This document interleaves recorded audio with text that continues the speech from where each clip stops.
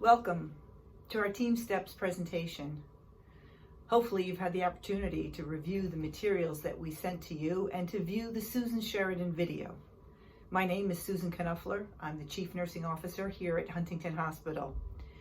We're going to talk today about team strategies and tools to enhance performance and patient safety. That's TEAM strategies, STEPP. Team steps. Today we're going to share more about the skills needed to ensure that we have high-performing teams. Our overarching goal is to emphasize safety and to prevent poor outcomes. How do we do this? By improving our communication techniques and strengthening the teamwork between all of our healthcare members, because we find at the root of most poor outcomes is communication breakdown. You may be familiar with some of the more common terms that you've heard: briefs, huddles, shared mental model, SBAR. We use SBAR: situation, background, assessment, and recommendation. We used it all through the height of the COVID pandemic. It was absolutely essential to effectively communicating in the command center.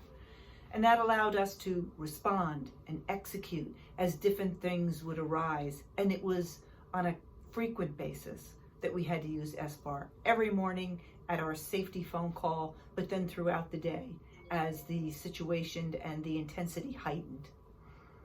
So this is applicable in our everyday work as well. It doesn't always mean you need to be in the midst of a pandemic to use these communication tools. One of my favorite stories, a very real story, is about an environmental service worker. This individual was in the NICU, the Neonatal Intensive Care Unit, and was in one of the specialty rooms and was going about his job in cleaning when he had looked up and he saw a ceiling tile that was bulging and looked damp and actually about ready to explode. And right beneath that tile was an isolette with a baby in it. Now, he could have gone about his cleaning, but he didn't. He stopped, thought it was important enough that he should speak up, and sought out the manager. And once he found the manager, what did he do? He provided an SBAR: situation, background, assessment, and recommendation.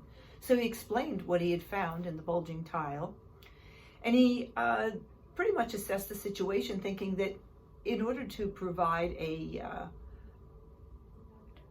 prevent an accident from happening, he thought that the baby should be moved. That was his ultimate recommendation. And sure enough, they did indeed go together then to assess the situation. They moved the baby to a different location, and sure enough, what do you think happened? The tile fell. Water, there was a leak somewhere up in the ceiling.